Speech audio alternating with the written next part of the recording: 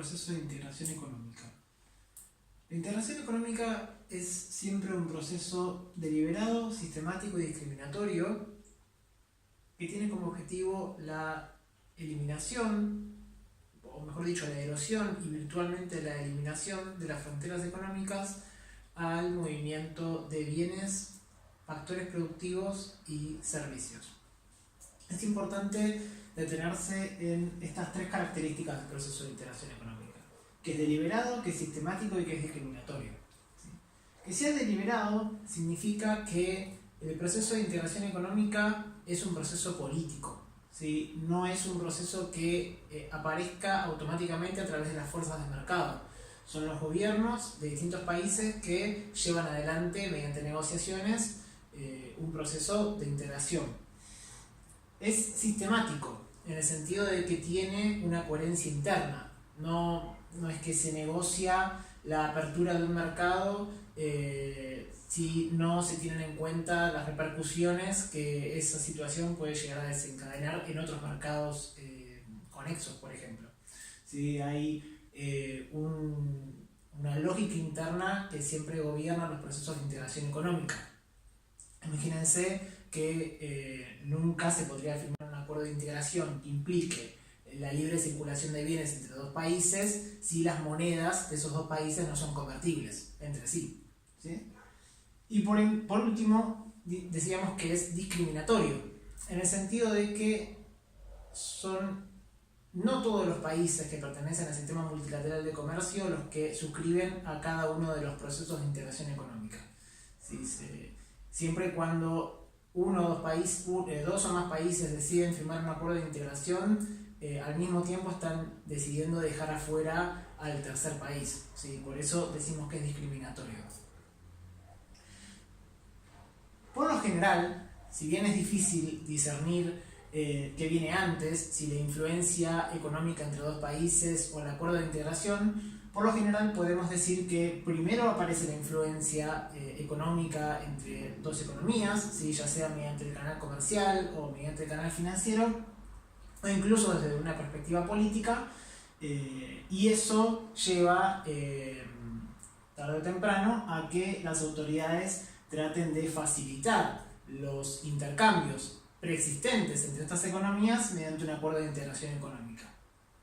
Sin embargo, también es cierto que cuando se firman acuerdos de integración, el grado de influencia entre estas dos economías suele aumentar. ¿Sí? Por lo tanto, hay una dirección que va en los dos sentidos, ¿sí? Entre la influencia y la integración económica. Un proceso de integración, ¿sí? Un acuerdo de libre comercio, por ejemplo, viola abiertamente el concepto de nación más favorecida que está en el centro de la OMC, ¿sí? Primero del GATT y luego de la OMC. Recuerden que el concepto de nación más favorecida implicaba que si un país miembro de la Organización Mundial de Comercio otorgaba una preferencia arancelaria a otro miembro, esa preferencia debía hacerse extensiva al resto de los países pertenecientes a la organización. Acá claramente les estoy diciendo que un proceso de integración económica va en contra de este concepto, ¿sí? Porque dijimos que era discriminatorio. ¿Cómo es que los acuerdos de integración coexisten con el sistema multilateral de comercio? Bueno, hay un permiso que otorga el paraguas institucional de la OMC para los países a la hora de firmar un acuerdo de integración económica, porque primero son mucho más fáciles de llevar adelante que una apertura multilateral, y luego porque son vistos como un paso intermedio, ¿sí? Un paso intermedio entre la autarquía total y el ideal del mundo completamente integrado, que es por el que vela la OMC. ¿Sí? De todos modos, no deja de ser un proceso contradictorio, ¿sí? La apertura multilateral va por un lado y los procesos de integración van por el otro. La verdad que cuando uno ve la experiencia internacional a lo largo de los años, los procesos de integración económica han sido mucho más efectivos a la hora de facilitar los flujos de comercio y de factores productivos que las negociaciones multilaterales.